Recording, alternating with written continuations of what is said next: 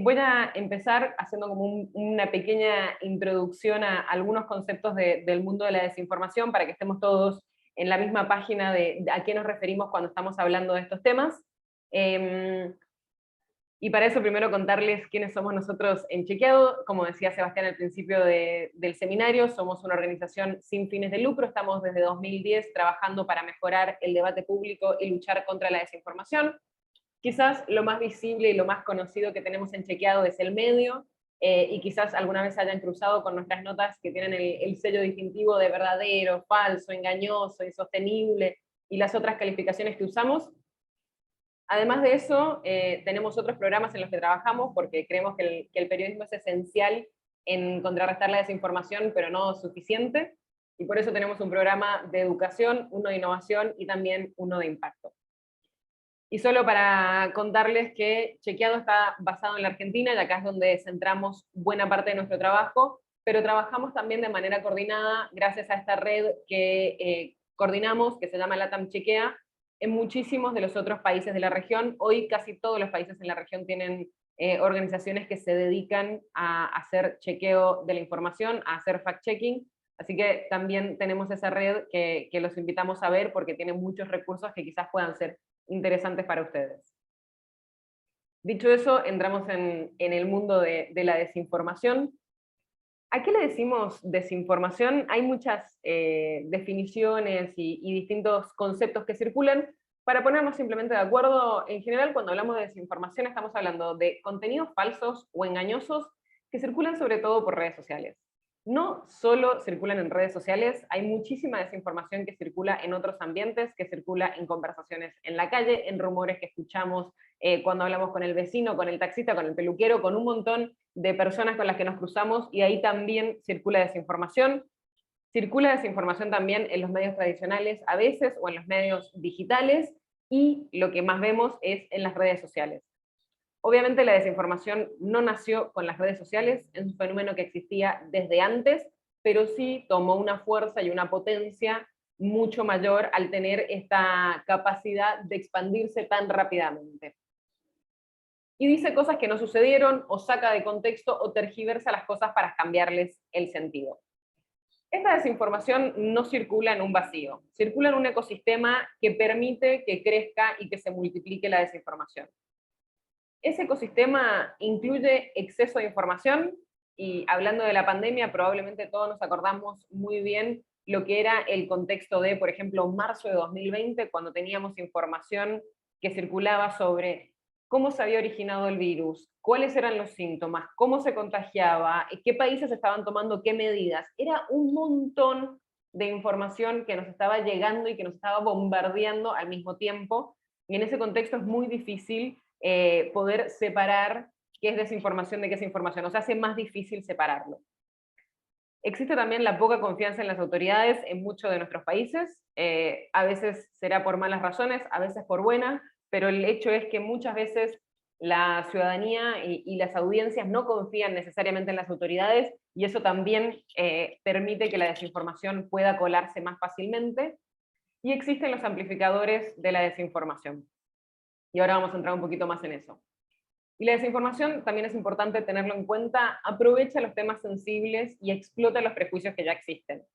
Puede ser con temas de género, puede ser con minorías. En el caso del COVID, sobre todo en el inicio, lo vimos con la xenofobia, por ejemplo. Se aprovechan esas cosas que pueden estar presentes en una sociedad para hacer más fuerte la desinformación.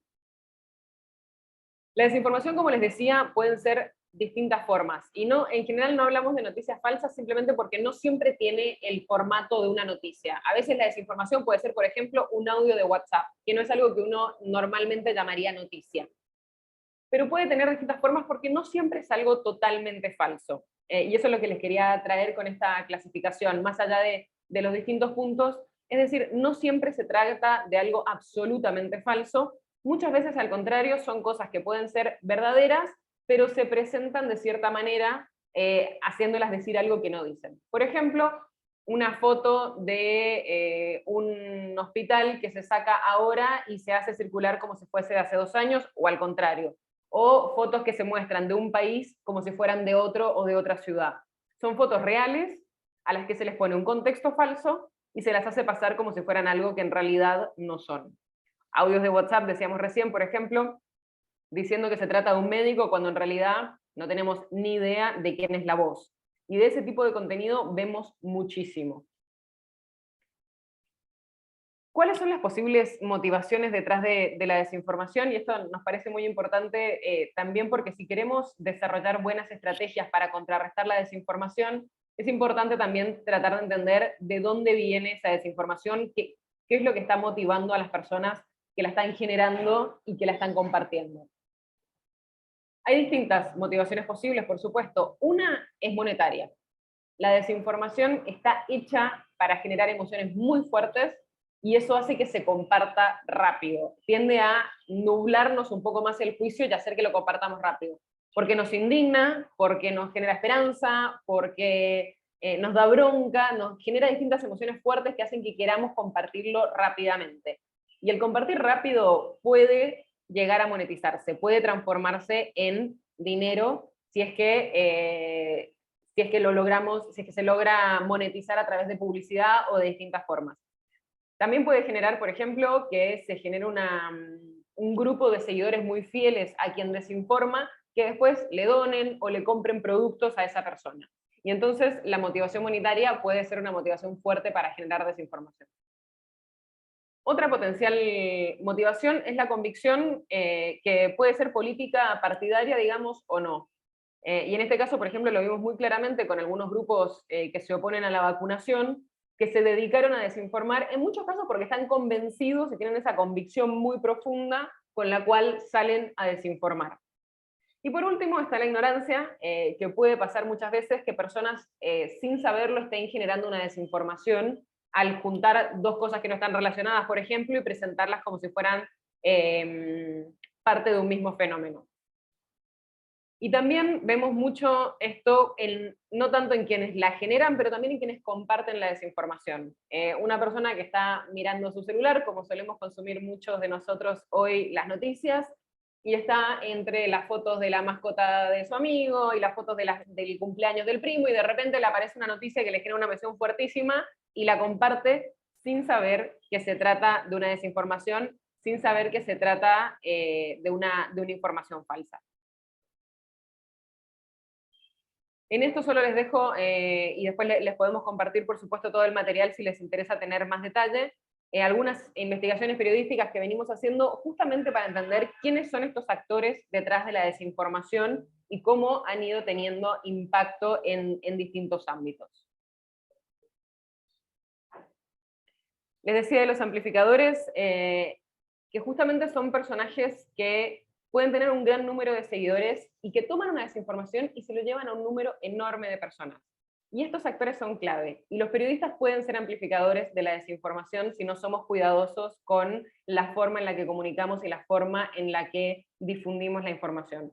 Porque justamente lo que hacen es tomar algo que por ahí estaba circulando en una pequeña red cerrada, en aplicaciones de mensajería, por ejemplo, y llevarlo a un público mucho más amplio. Y esto es un poco el camino que puede seguir la desinformación en el peor de los casos, que es pasar de pequeñas comunidades hasta los medios de comunicación, logrando una amplificación mucho mayor. Bueno, vamos a hablar